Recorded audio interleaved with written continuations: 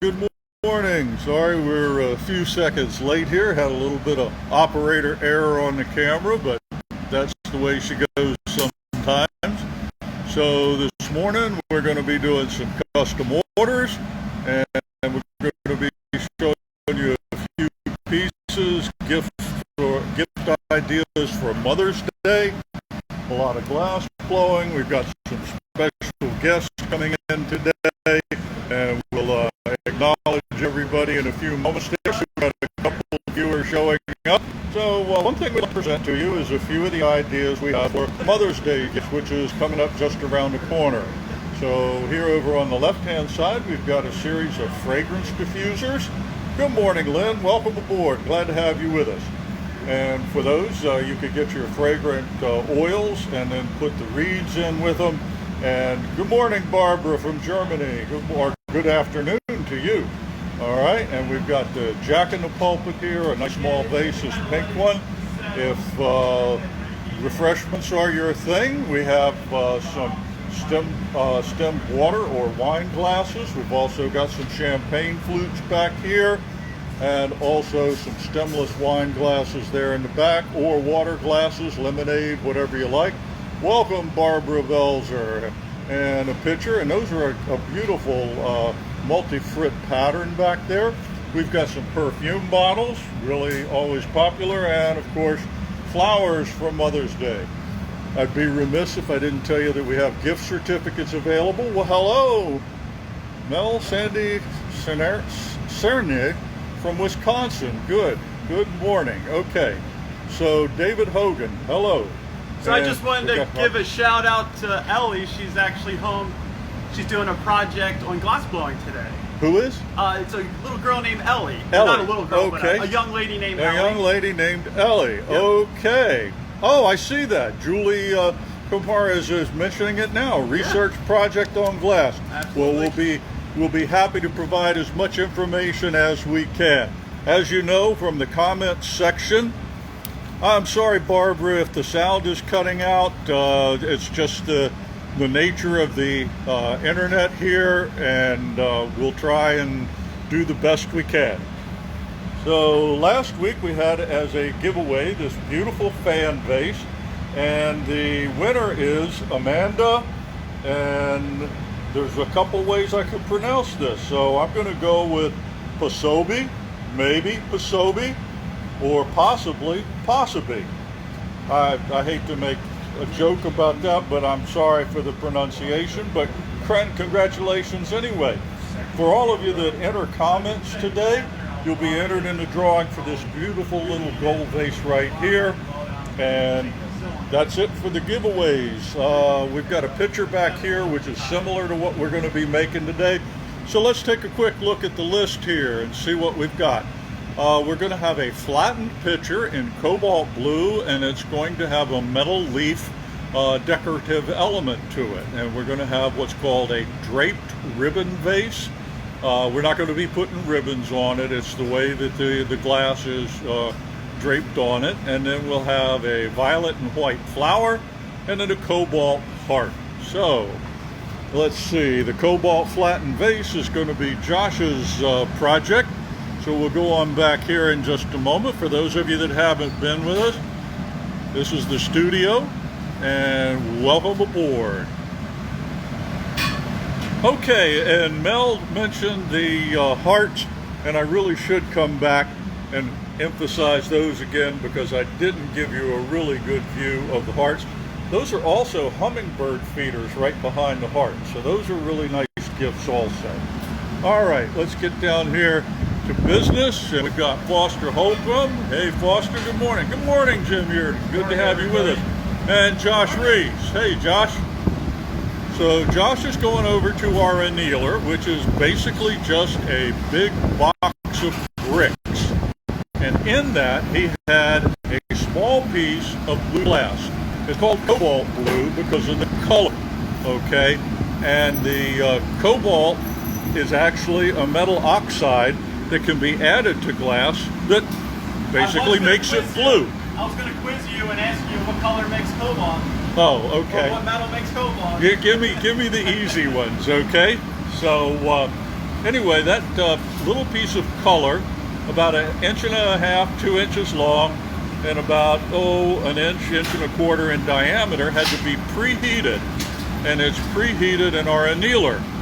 So while we're waiting, there's nothing in the annealer, is there, Foster? Nothing in the annealer? Foster's check. So we're going to open it just for a second. We've got a young lady doing a glass project today, research. Let's show an annealer. Oh, okay. Okay, Yeah. So for Ellie, Yeah. this is a big box of bricks, and this is what it looks like inside. Yeah. Okay, so it's got a heat source to it.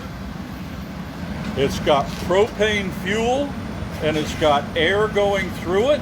Okay, so that gets it up to about 900 degrees, and that's where we leave it all day. And for the benefit of all our viewers, or especially the ones that are doing projects, we'll give a little more explanation of what the annealing's all about. But we don't want to miss the glass blowing. So Josh has the cobalt blue heated on the end of the pipe. Now you'll notice that that pipe is glowing orange. That is so hot you wouldn't even want to think about touching it. But look how close Josh's other hand is to that area.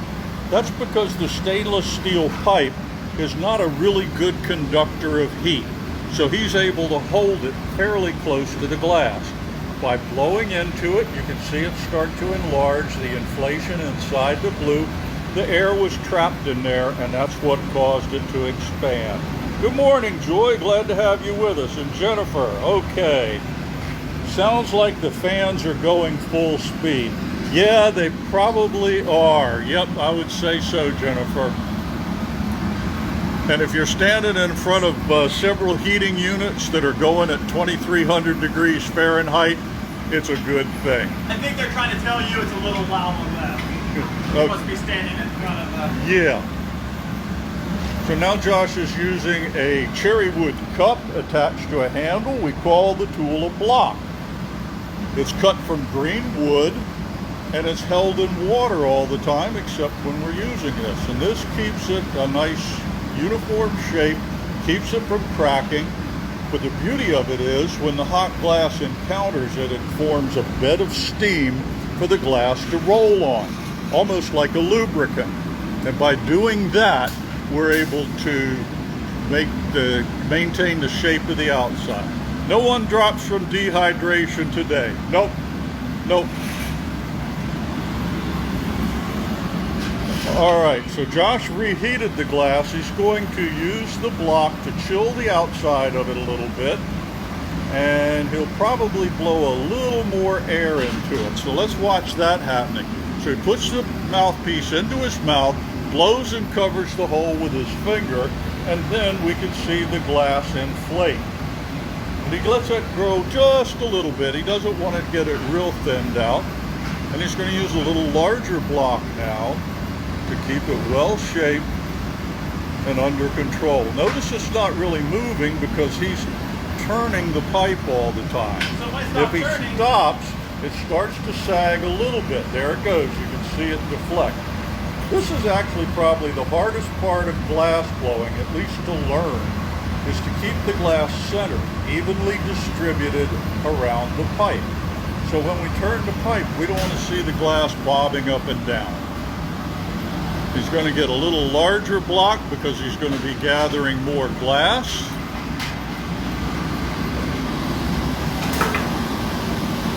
And are we using gold leaf, Foster? We are, yes. Okay, so Josh is gathering glass. He's going to strip some back off.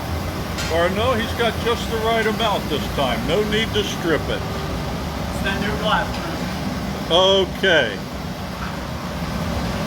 Now he's going to use the block to shape it a little bit, get a nice uniform surface, but because the interior was a little bit cooler, he'll probably take another reheat before he begins working it.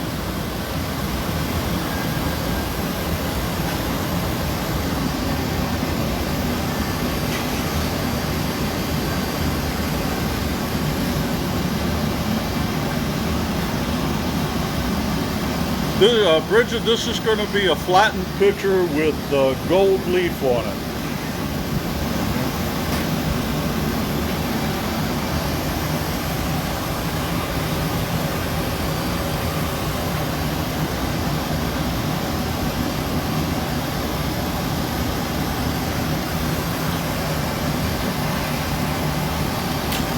Josh's going to put a little more air in it, and then what he's going to do is elongate this.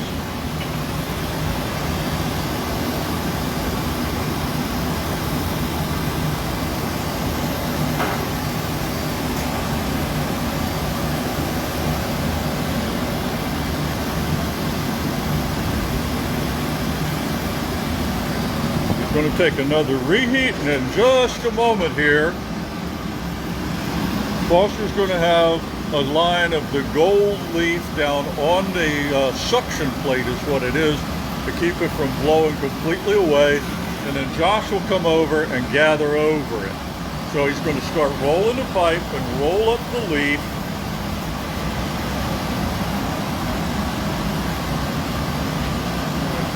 He cools the end of it just a little bit, and then it's back into the glory hole.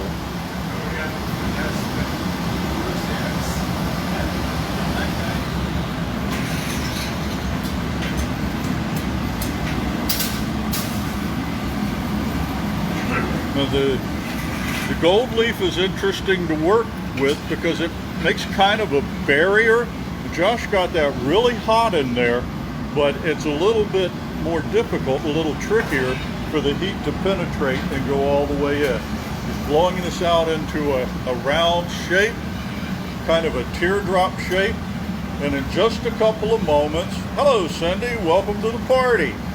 In just a couple moments, he'll hand this off to Foster. Foster's opened up the doors so that he can take it. We're going to reheat this, and from here, we're going to get the flattened pitcher. So to flatten it, Josh is going to hand it off to Foster. Foster will bring it back over to the bench after a reheat, and he'll angle it downward. And as he angles it downward, Josh will use these two cork paddles to flatten it. These paddles are 16 years old, Bruce. Wow, Yeah. I didn't realize they'd been around that long. Isn't that crazy? Yeah. When Foster presents this to Josh, he's going to put his finger over the end of the pipe to cap it. You can't do that again, Foster. No, just whenever you're ready, just let it fall.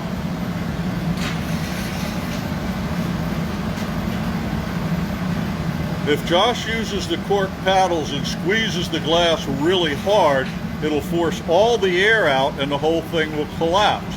So by putting a finger over the end of the pipe, Foster's able, or the palm of his hand, Foster traps the air in, and here goes Josh pushing down onto it. And now we're getting that nice flattened shape. Okay, uncap it. You can leave it uncapped. Now he asked him to uncap it or take his hand off because he just wants to push gently on the glass, not losing the air.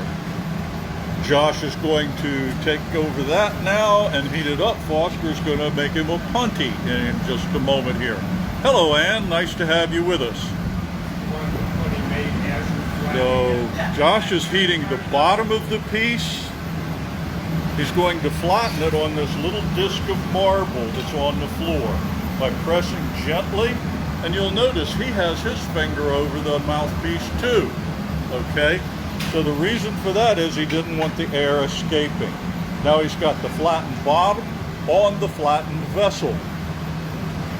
By using the newspaper, he cools the site where the punty will attach. Yes, Barbara, you can see the gold already. And that's beautiful design right up on the surface. Foster makes the punty, which is just a little bit of glass on the end of a pipe. So for Elle and anybody else interested or wanting to do a glass project, we make the bottom half to 2/3 of a piece first, then we transfer it to another pipe. And that's what you're about to see here in a moment. Foster will present the punty to Josh, who will place it in the middle of the bottom. And just letting things cool a little bit. You don't want to go on too hot. And by turning the iron and pressing on it, he gets it centered And in just a moment, after the glass is set up and stabilized, a drip of water into that line he created and a tap of the pipe, and it breaks free. And that's how we do the transfer. So the lower 2/3 or even a little bit more of this vessel are already made. Ah, Monica Kilgore, good. I was just about to give a shout out to you folks at the Berean Christian Academy in Katy, Texas. Glad to have you with us. My daughter and her family lived in Katy for quite a while. Not sure exactly where the academy is, but a few years back they were in that area. So I hope that your students are learning and enjoying just as much about the glass blowing as Ellie is with her special project. Okay, so Josh now is heating the upper part, the opening of the vessel, and the rest of it doesn't really need to be extremely hot. It needs to stay over 1,000 degrees or it could crack. But we've got no problem reaching that temperature. Right now he's reheating the glass in a unit called a glory hole, and you can see him turning it up there. That's just an empty cylinder of ceramic material that's at about 2,300 degrees. He's going to open the lip just a little bit, increase the diameter of the opening. Always a good idea to wipe your tweezers on your pants because they might have picked up a little bit of wax. All right, so now what he'll do is he'll use the tweezers to pinch the glass and pull it into the shape he wants. So we'll watch as he comes back to the bench, and we'll take a good view from right here. He lets the glass fall a little bit, then he flips it over, grips it with the tweezers, and begins a pull. But he goes slowly. Moving slowly is the key here. If he tried to go really fast all at once, what he'd wind up with is pulling too much glass too fast. Now you can see how the spout is formed. He checks it for alignment.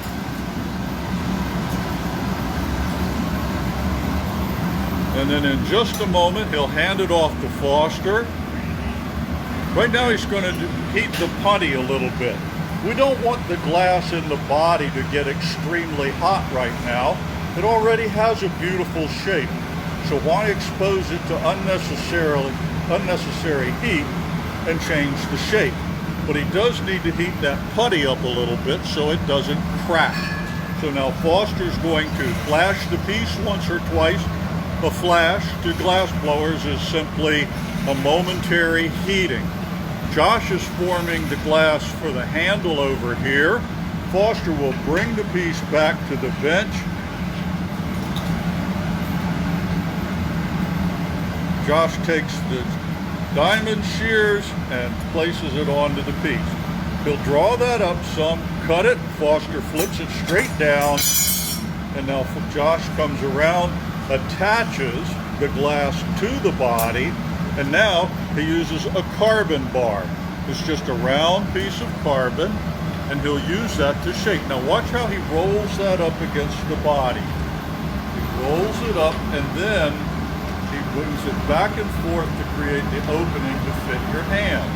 So he's got a strong attachment point on both ends, a beautifully formed handle.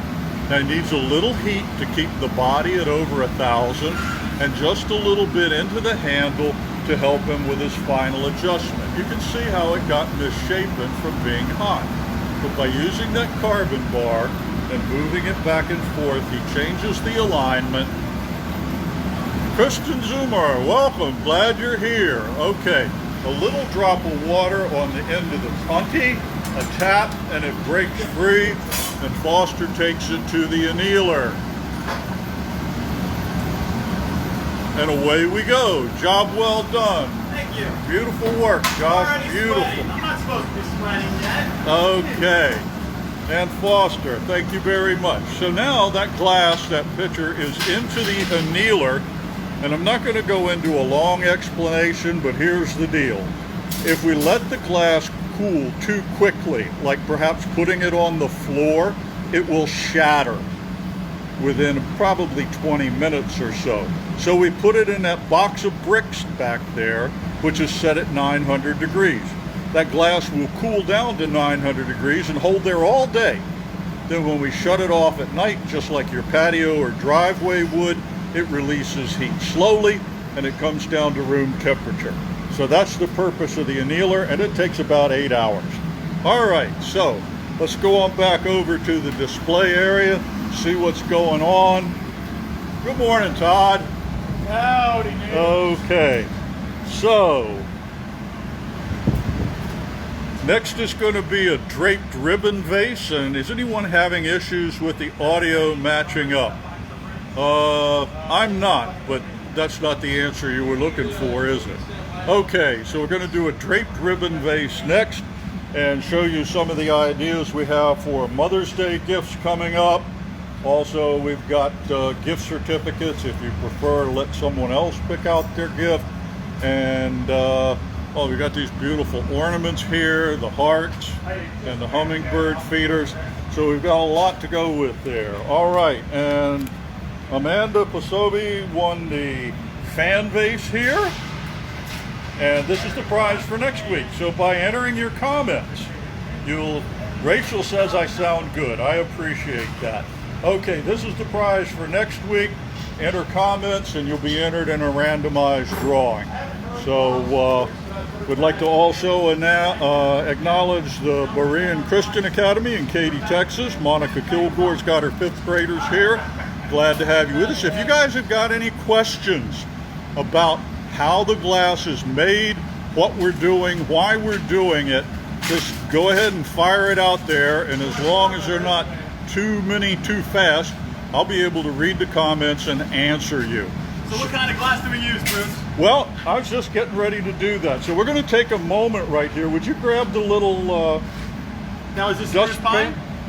Is it spruce pine? It doesn't matter. Okay. This is how our glass starts out. So for all of you doing, I'll tell you about the colors in just a moment, Monica. We'll start with the clear glass. So this is what we melt to become glass. And what I always like to tell, especially elementary school groups when they come in, that our glass could basically be made with sand, plants, and rocks, which really sounds kind of weird, but bear with me. So what we're making is, what we use is called soda lime glass. And soda and lime, soda is is a chemical, not a Diet Coke or something like that. At any rate, the major element in the glass is silica or sand, okay? And the silica comprises about 70-75% of the glass in most formulas. Then you can't melt sand though very easily. It takes 3,000 degrees Fahrenheit and it gets stiff right away and you can't work with it. So it's a real mess. So what we do is we add something to it. One of the things that we add is called soda ash. And soda ash is really just a plant byproduct. In the old days, they used to melt seaweed. Not melt, burn seaweed. So you'd go to the shore, pick up your seaweed, dry it out, and have a fire. And then that gives you your soda ash, okay? But that lowers the temperature of the glass, but it does one other thing that's really pretty bad. It lowers the temperature of the sand to melt. So you can melt it, and you can make stuff with it, but unfortunately it dissolves in water. So if you have glass that's made with silica and soda ash, or potash, then what you have is glass that will melt, and that's no good. So now you add something else to it to stabilize. And that stabilization in the early days was limestone, okay? So there's your sand, plant, and rocks. Silica for the sand, soda ash, and limestone. And those are the 3 main elements, but there are over 1,000 formulas for soda lime glass. We use a particular one here that's used in the artist community. So why was old glass always green, Bruce? Well, does anybody out there in the audience know? And let's leave that to the 5th graders and Ellie, okay? Let's see if any of you all know why in the old days, even back in colonial Williamsburg, the glass was typically green. I'll give you a few seconds here to comment. I promise we won't take forever doing this. You know, in the old days, you know, in the Yeah, like 50s when and I was a 60s, kid. Yeah, right. Okay, well, I'm going to tell you anyway, folks. It's because of iron. If there's a high iron content in the sand, it colors it green. And that actually gives us a nice segue into Monica Kilgore's question about her class wants to know how color goes into glass. Well, we're going to try and show you what our furnace looks like right here. So this is the Art of Fire furnace, and you might be able to detect the big flame in the back there. So there we go with that. That's our furnace, and it's full of clear glass. But we could add metal oxides to that, which is just another fancy way of saying chemical stuff, and we could change the color of the glass. So if you were with us for the first piece we made, Josh did the picture, that was cobalt color. And it's an actual metal oxide called cobalt that gets added to the glass mix. Now, we don't melt it in our furnace. Our furnace holds about 450 pounds of glass. But if we melted cobalt, we'd be making cobalt stuff for a week or more, and we wouldn't be able to make anything in pink or green or anything but blue.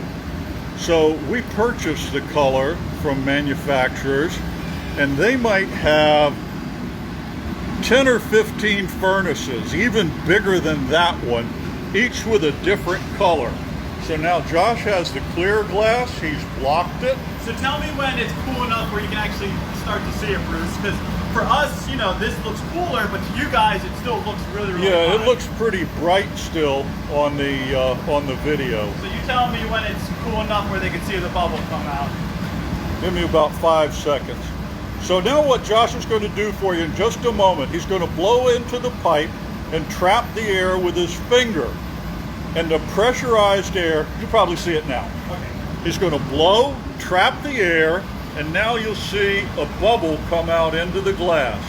There it goes. It's coming out, and there we go. We fill about 2/3, 3/4 of it with air, and that's how we get the bubble in. So basically, if you're interested in a little more science, if you will, there's compressed air inside that pipe. And what happens with the compressed air is it wants to equalize temperature with anything surrounding it. It wants to escape. So it wasn't going to blow Josh's bony finger off the end of the pipe, and it wasn't going to rupture the stainless steel. It came out into the hot glass. Now that hot glass is cooled very much now. What happens if you blow now, Josh? Almost no expansion at all. So for those of you that have heard many times, listen to you might have heard the air compression release when he opened his finger off, okay? So that's basically what we're doing, and we call that move a blow and cap. We blow in, we cap the pipe off, we trap the air, it's compressed at a higher pressure than atmospheric pressure. It has nowhere to go but out into that hot glass. Now he's taken another gather, and you can see it's kind of wobbly, and it's not out of control, but it could be if he wasn't an experienced glass blower and able to shape it just exactly like he wants. So what he was using there was a pad of newspaper. Now he's going to pick up some granular glass that we call frit. This is just like the chunk of cobalt he had before. It's a different color, but it's been ground up, so somebody put it in a grinder. And we appreciate that because that's how we use the glass quite often. So he's rolling through this frit.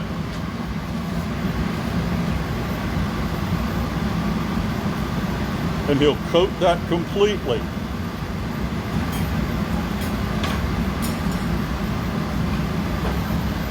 Now he'll take that back over to the glory hole and heat it and melt it in. And while he's doing that, I'm going to show you the pad of newspaper he used.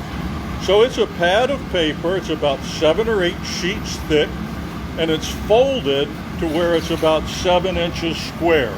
And then it's soaked in water, and it forms a perfect insulator so that you can actually grab the glass with your bare hand. Josh has been at it 18 years, so he's a full-time glass blower here at the Art of Fire. Right now what he's doing is heating this glass up. We're going to do a trail, right? Yeah, so this is the silver blue, so it's a combination of cobalt and silver. Okay. His glass is paper trained. That's a good one, David. Okay. So what he's doing right now, he's getting all the glass on there, and now he's going to turn the glass. He leaves it in one spot and he turns in one direction only. And what that will do is take those little dots of frit and stretch them out into lines. So as soon as he's done with that, he'll take a quick pause and show us. And in fact, right now he's going to use his shears to finish up the twisting at the bottom. So down toward the bottom, you can see where there were dots, but up at the top, those dots are now lines.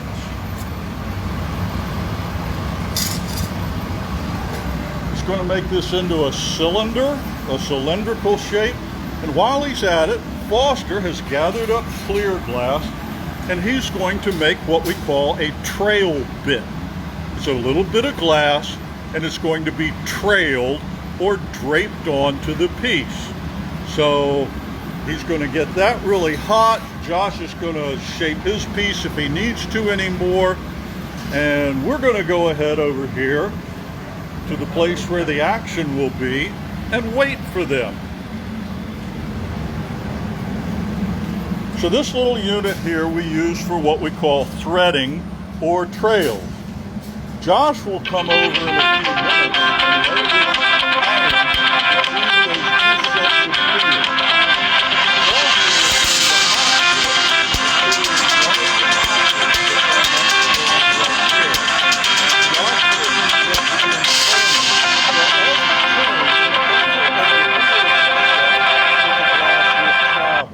So we'll back up a little bit so you get a really good view of all of it happening, and then we'll go in closer to see the final result. Glad to have you with us, Tricia. So you can see as he turns that a little bit, it moves. Foster's calling out that he'll be able to come over in about 10 seconds.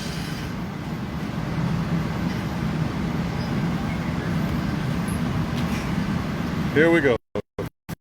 Foster's coming with the hot glass, lays it in a notch, touches it up. Foster listens for instruction.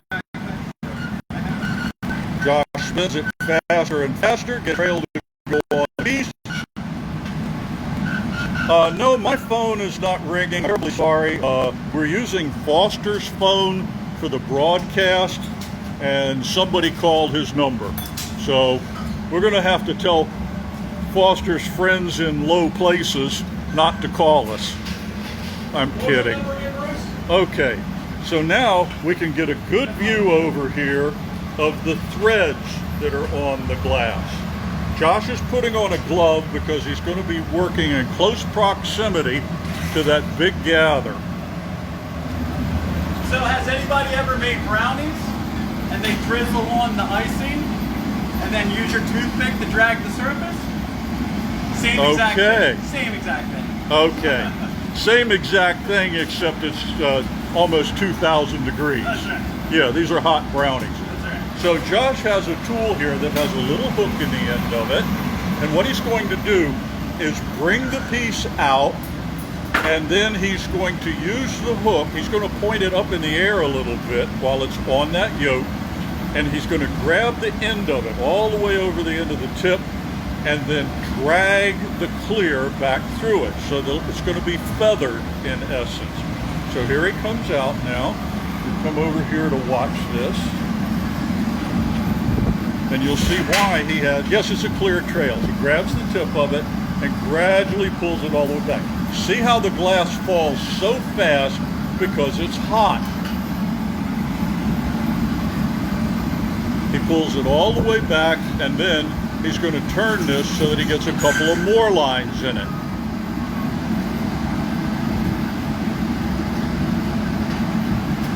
So you should be able to see the feathering in it where it's dragged up. There'll be a curved shape to the trail. He lets it fall, then he flips it up, and he drags it back through, and then he'll get the other side, and as it's falling away from him, he simply pulls upward. Okay.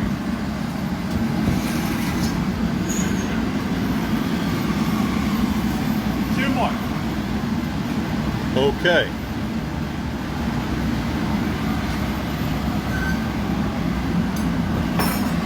So here's where math gets into it for all you students, okay?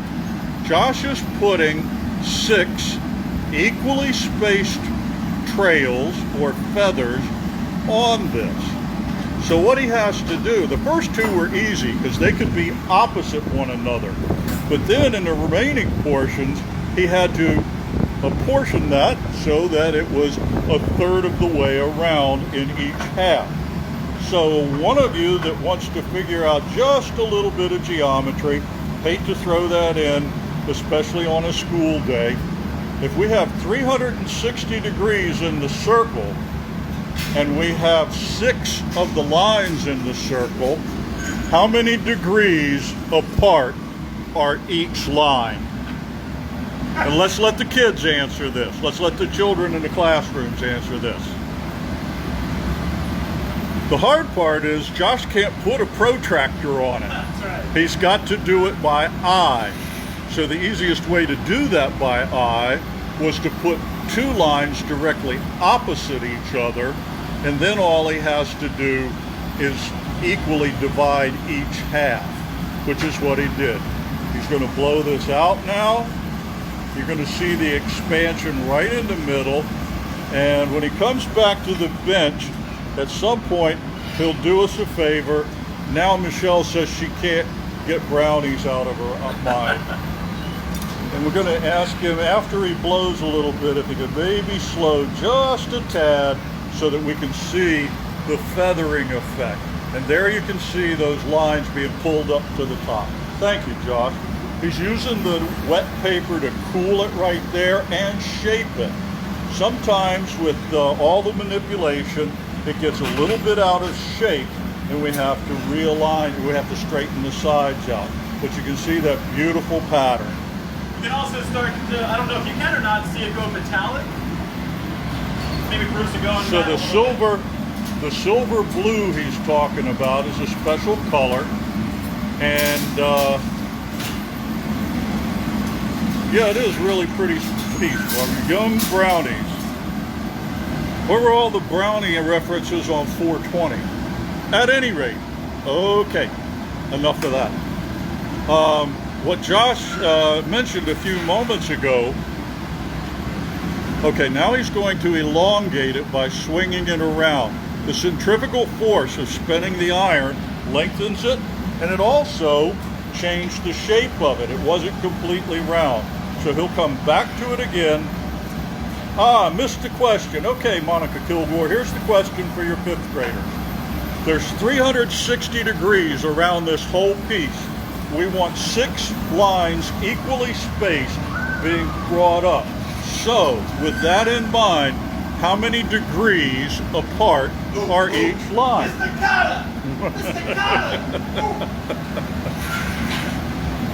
Okay, a little more lengthening. Now you'll notice that Josh started out with a lot larger ball of glass. That's because he knew he was going to lengthen it. So we have to make the piece, start the piece out with a much larger diameter than the finished product. Okay? Because we know that when we swing it out, it's going to get longer, and if it gets longer, it's going to get narrower because the glass had to go somewhere, had to come from one dimension to another.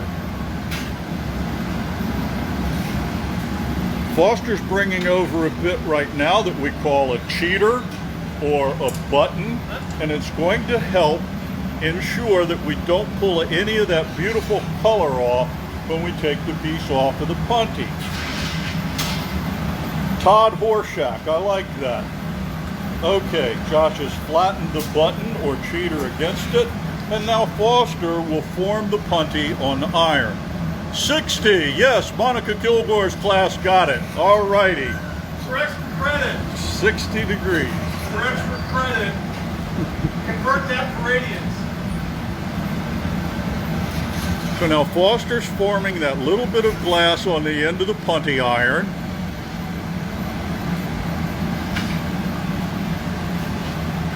And that's going to attach to the button or cheater that Josh put on the bottom. You can see most of the vessel is formed except for the very top. So now Josh in a moment will guide the punty on, place it in the center, and then he'll turn the pipes, turning both of them actually, his and Foster's, goes along for the ride, getting that stabilized.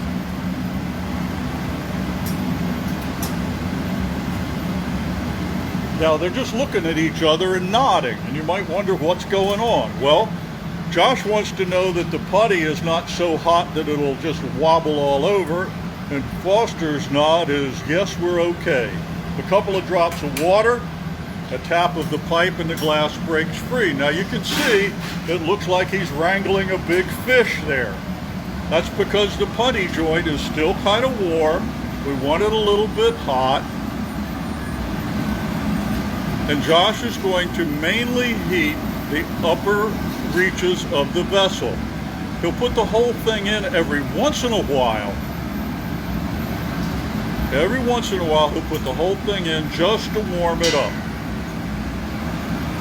We need to keep that glass at over 1,000 degrees so that it doesn't crack. And if you look at the bottom of this piece when it comes out, you can see the 6 equally spaced lines. So by doing that just from eyesight alone and years of experience, that's really pretty impressive. So those of you not liking the noise, there's going to be a little bit more here because Foster's lighting up our propane torch. We'll get back out of the way a little bit here.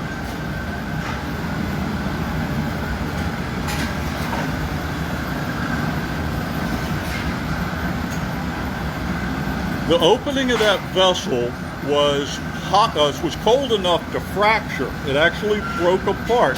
So it takes a little while to reheat it and get it to the point that you can work with it. If we take a look from over here, we can see that the brightness, the indication of heat, is in the upper part of the vessel. Josh uses the jack blades to open it up a little bit. And he's going to be working toward his finished shape.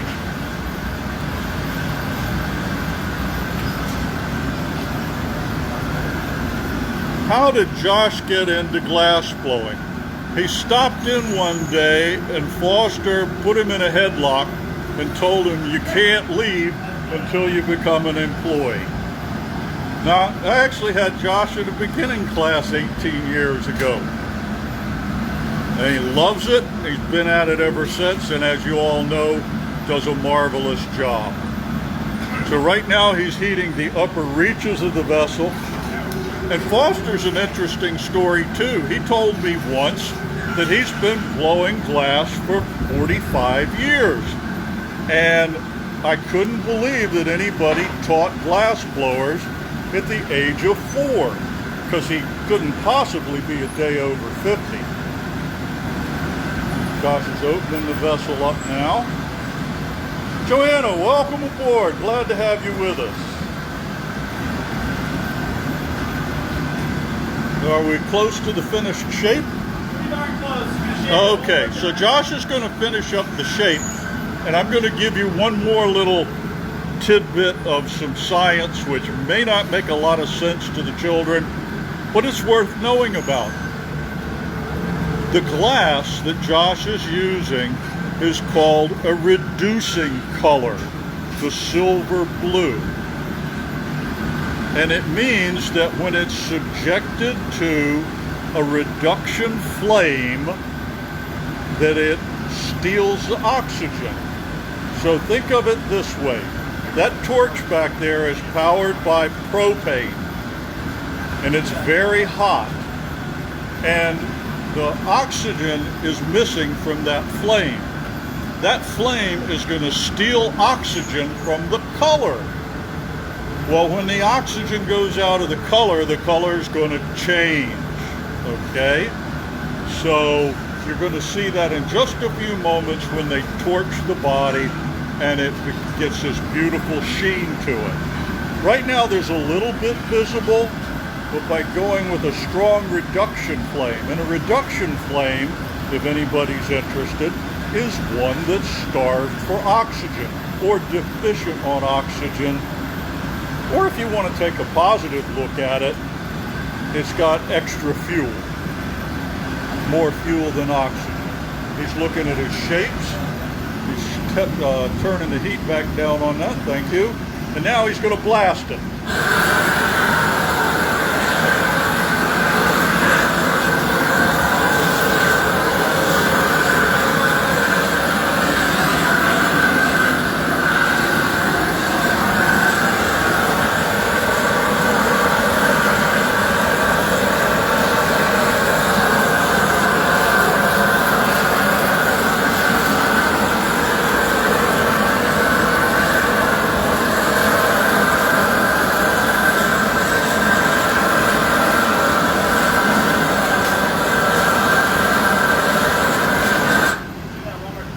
Beautiful metallic sheen is the result. When he gets that to the point that he is happy with it and that's all he wants done, he'll stop. Another blast of the torch, Josh? Yep, one more time.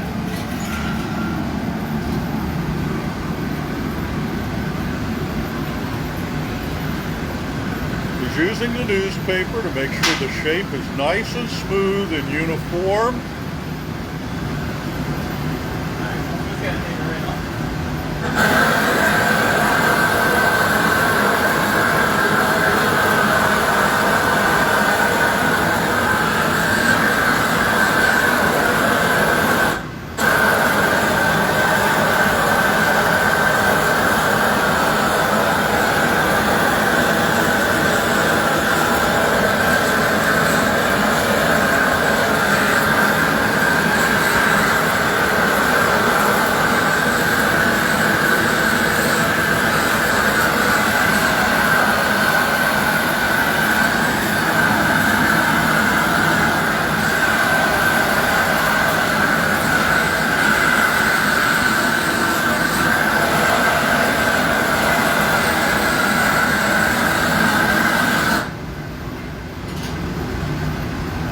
They're going to take it off right now rather than go back into the glory hole, because the glory hole flame has oxygen in it. More oxygen, and would take away that beautiful metallic sheen.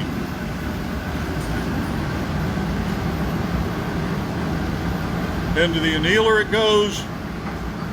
Now that went away at about 13 or 1400 degrees Fahrenheit. It'll go down to 900 just fine, and then it'll cool overnight. Thank you, Josh. But I'm kind of wondering, do you use that torch so much just to keep me from talking? That's right. Okay, okay. Thank you, Foster. Great job, guys. And yes, pictures of all these pieces will show up tomorrow on the website. So once they've annealed tomorrow morning, they'll come out and then we'll wind up having pictures of them. So let's see where we stand. That was the draped ribbon vase. The draping was the feathering or pulling the glass with the hook. And in a moment we're going to have a flower, and then after that a heart. So we've advertised this week's show as custom orders, which is what those were, and also ideas for gifts for Mother's Day. So some of the things we have here, we've got some small scent diffusers. You can put an oil or whatever you want in there. Use the reeds to diffuse the beautiful smells throughout the house. We've got small vases. If you check out our YouTube video, Foster made one of these about an hour ago. If drinks are your pleasure, we have some champagne flutes and some goblets We've got pitchers with matching cups. We've got some beautiful, beautiful perfume bottles back here. We're going to see a flower made in just a moment with violet and white as opposed to the colors we have here. And there is one of the blue and gold flattened pitchers, which you just saw made, but that one's in the annealer right now, won't come out till tomorrow. I'd like to congratulate Amanda Possibly, who won the fan base from last week. And those of you that enter comments will be entered in the drawing for this beautiful little gold cup vase right here. So that's pretty much what we've got going on there. Be sure to comment, like, share. Oh, if you're interested too, we do sell gift certificates so you can let someone else pick out their own gift. And again, thanks to Monica Kilgore and the Berean Christian Academy in Katy, Texas. Glad you all have made it here with us today. If there's any questions that you have about what we do, why we do, anything at all, just fire away. If I can track the comments, I'll answer your questions. Be more than happy to do that. And I'd also like to mention something about watching this broadcast in the future. I actually went back and watched part of one episode, and then in the middle of it, I was listening to the narrator, and I thought, what on earth is wrong with that guy? Because right in the middle of giving an explanation or something, he would shout out, well, hello, Joanna, or thank you, David. And folks that may see this in the future might not recognize that we're doing this live. And it actually occurred to me there was kind of like a moment when I was with my kids or my grandchildren and having a conversation, and then just out of nowhere, hey, Papa, there's a squirrel. So I really don't have a small touch of ADD here, but I like to acknowledge everybody that's participating on the chat portion of this. So if you look at this later and wonder what the heck is wrong, that's what it is. So Josh now has gathered up some glass, and this is a real good lesson for the students. See how that glass just sags when it's so fresh and hot. But by turning it over, he can get it to fall back to where it's practically in line with the iron, and we call it an iron or pipe. He can let it go down to about 90 degrees. You gonna let it go to the floor? Nah, we're gonna come back. Okay. This is one of the hardest parts of glass blowing, actually, is controlling the glass. Now he's going to roll it on the marver. The marver is a metal table, and we use that for shaping and sometimes for cooling the glass, because the steel sucks the heat right out of the glass. Well, I'm glad you enjoy that when we're saying hello to people, Tracy, because for us, it's the most enjoyable part of this process. We really like informing you about glass. We like teaching people. We want to entertain, but on the one occasion when we couldn't get the comments, it just made the dynamic so much different. It just wasn't nearly as much fun because we didn't know what people were asking or what they wanted to see or even what stupid jokes they have. And if you've been here a few times, you know that I love stupid jokes. All right, Josh has made a disc out of the glass with some color in the center, and now he's going to take little bites on with his tweezer. But notice he's not pulling very far back the first time around. Those tweezers will heat up, he'll dip them in the water bucket to cool them, and now he's going to pull the glass back even further. This is opening the flower up, bringing the lobes of the flower out, and now pulling up at a bit of an angle. He keeps the flower wide, but he manages to stretch it out in its length. He's going to cut a small line there. That's where it'll pull apart eventually. And you can see that it's still moving all over the place. Even as he pulls it, he can hang it down and grip it where he wants. Get a little more length to it. It's still very hot up close to the pipe. It thins out, and now he's going to curl the stem by holding the flower part stationary. I should pull a little more for us, and now go with more of a twist. So by twisting it up, he holds the flower still and twists the pipe. Now he's going to use his diamond shears to squeeze that line. He's not going to cut it off. He's still going to knock it off. Foster's going to catch it here in just a moment. He's going to use his shears and hit the pipe. And when he hits the pipe, the glass will break free. There it goes. Done deal. A beautiful flower. Okay, great. Wonderful job. So we know, and it would be nice to share with you, that the glass typically breaks from vibration. That when we tap the pipe, it breaks. Of course, if you take one of your mother's drinking glasses and drop it on the floor, it also breaks. Absolutely. But it breaks. It gets one bounce before it breaks. So it hits the floor, and it's the vibration through the structure that causes the glass to break. So if any of you are moving anytime in the near future, make sure that you isolate your glass from vibration. There you go. Pack it well, and it won't vibrate, and it shouldn't break. So there you go. Another little bonus tip from the art of fire. Another precision. Okay. So there we've had the Cobalt flattened pitcher, and we've had the draped ribbon vase, the violet and the white flower you just saw made, and now we're going to have a Cobalt heart. So the hearts are made in shapes like this, okay? And this is blown in a different type of mold. Foster, would you mind grabbing the heart mold so that folks can see what we're dealing with here? Some molds are just for decoration. They put a design in. But some molds actually form the shape of the vessel. And you can see that the two halves of this mold are cut into the shape of a heart. It's upside down though. So what happens with it is the mold is closed around the blowpipe. So you want to raise that up and close it.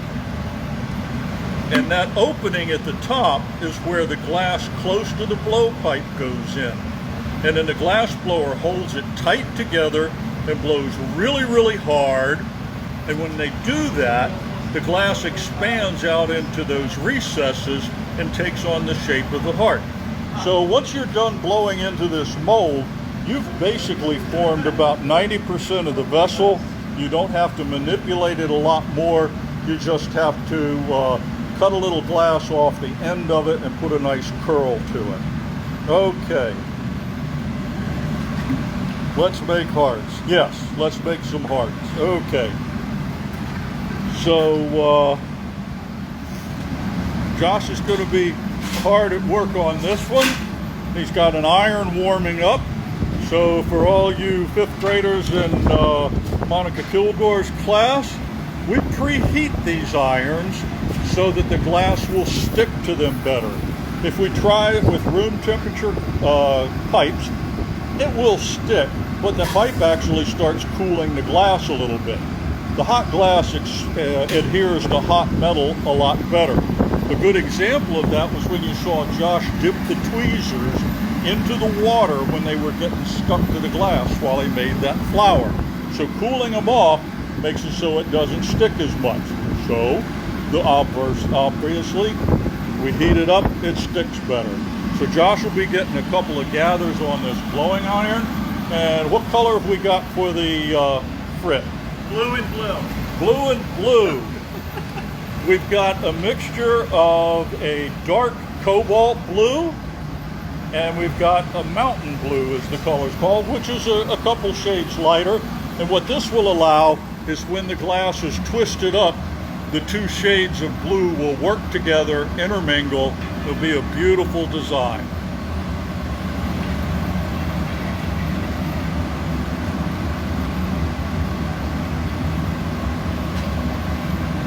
Remember to like, share, and comment. Comments will get you entered in the drawing for next week's giveaway. And of course, we're like anybody else. We love it when you like us. And share, because when you share with others, our viewership increases, and we really enjoy that. In fact, we're reaching people from a lot of different places. We've got folks from the UK, we've had folks in from Australia, and apparently we had a visitor from Moscow. Although no comments, no interaction with us, but there's information on the for the Facebook that will tell you how many people have viewed your show. So we're really happy to hear of people from around the world. In fact, when we did our 10:30 broadcast on YouTube, someone greeted us with "Good afternoon." And more than likely, unless they were in the middle of the Atlantic Ocean, they had to be somewhere in the UK or Europe, is my guess. So it's really exciting to have folks from all over. Josh is going to grip the glass and twist it again. You can see right down at the bottom of the piece where he has his shears, it's now twisted. So this is what's necessary to get the full twist in it. And that's what's going to allow us to see the two blue colors. Yes, Holland, exactly.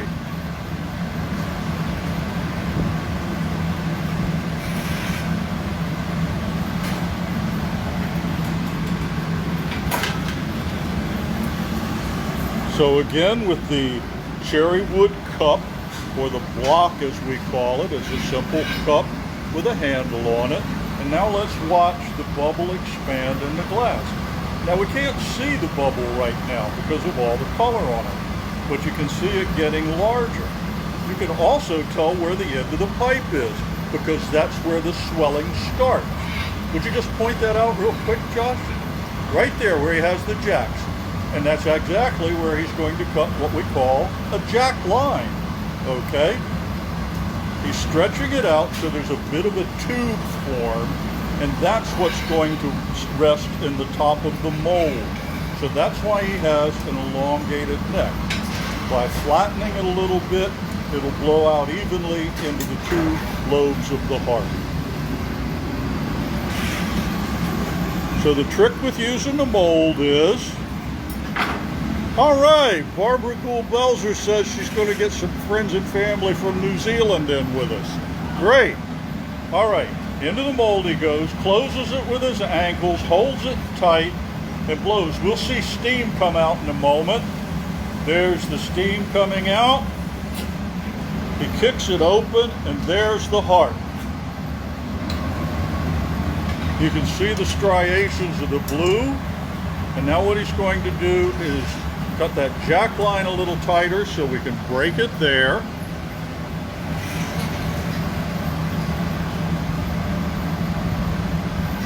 Josh gives it a quick reheat and he'll come back. Foster's making the punty again. And for the students or the project workers, punty, we believe, is derived from the word pontel, which is, I'm pretty sure, French for bridge, and it's just the bridge from one pipe to another. I have no idea why glassblowers chose that term, but that's what we use. He'll stick that to the heart, little drop of water, and the glass breaks at its weakest point. So one of the things that's interesting about these transfers, a lot of you have said you really like watching the transfer, or the transfer is your favorite part, or you hold your breath. The glass is going to let go at its weakest point. And on occasion, we have two equally weak points.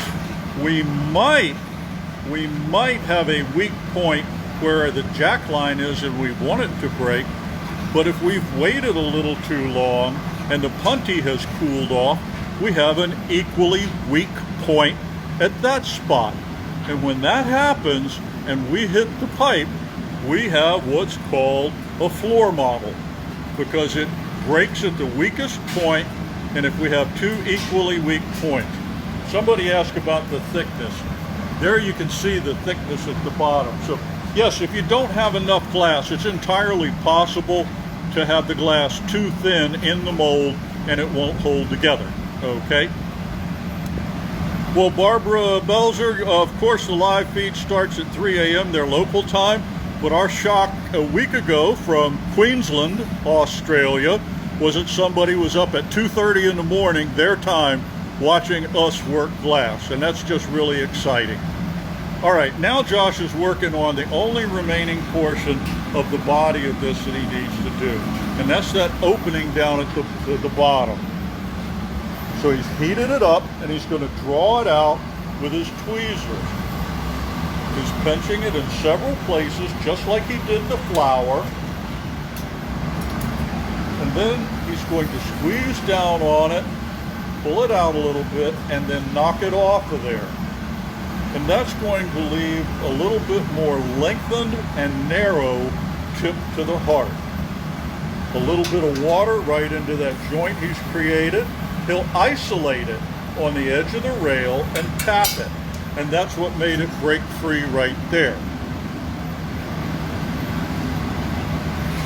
Now he isolated it by leaning it on the rail because he wanted to make sure that the punty was not so cold that it would let go at the punty and fall on the floor.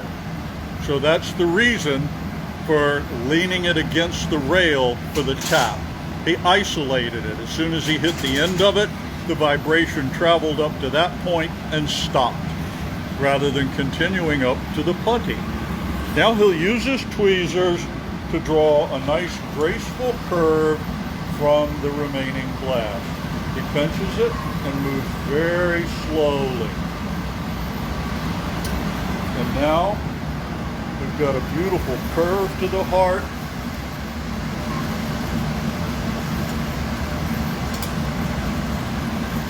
And that's it. That's beautiful. Wonderful. So, good vibrations. Yes, Kimberly Stern, that's exactly what it is. I won't try to sing any Beach Boys for you. But yes, the vibrations are what break it apart. And in just a moment, he's going to take it and put the hook onto it. And here we are at the annealer. And I'm going to show you, we're going to see what our temperature is right here before we put one away. Well, we're going to have to use that dial back there. And if you can see it, it's right about 900 degrees. And that's what we need for the piece to not crack. And then we're going to start there with the annealing process. So Josh now is going to put a hook on the piece, a little bit of water right into the putty joint. He'll point it downward into that cradle and tap it. It will break free, and now he'll take a little bit of clear hot glass, and right where that punty was attached, there might be a little bit of a scar, but the hook is going to cover that up. He'll place the glass onto it, draw it up slow and easy. He'll peel it up a little bit, clip it off, and then curl it over for the nice hook.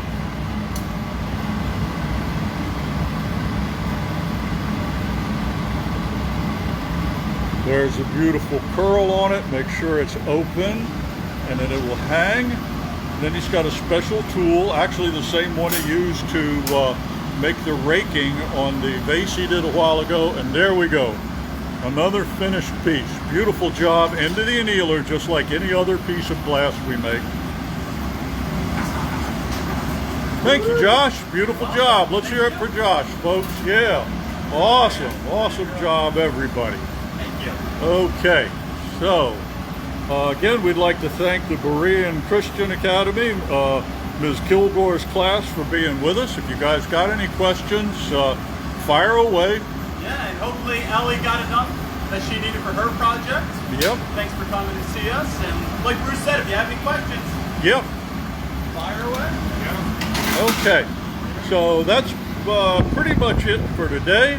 I'd like to thank everybody for joining us. And we'll hold on for a moment in case Ms. Kilgore's class has any questions, or Ellie wants to know about anything we've been making. Quick review, we did a cobalt flattened pitcher, just like that one there, with the gold leaf on it. We did the draped ribbon vase, which you'll have to wait for tomorrow to see because we don't have one on display. And you've seen how we pulled a flower out of the glass with the beautiful colors. and of course the heart shape. So any of these things you see on display here would be a wonderful Mother's Day gift, and we'd like to hear from you. Tell us what you'd like to see. Got any suggestions for future broadcasts? Let us know. And we're happy to ship to your moms. What's that? What you would be interested in ordering for your mother, we will be able to ship in time for Mother's Day. Okay, great. All right, so thank you all for joining us. Have a great week.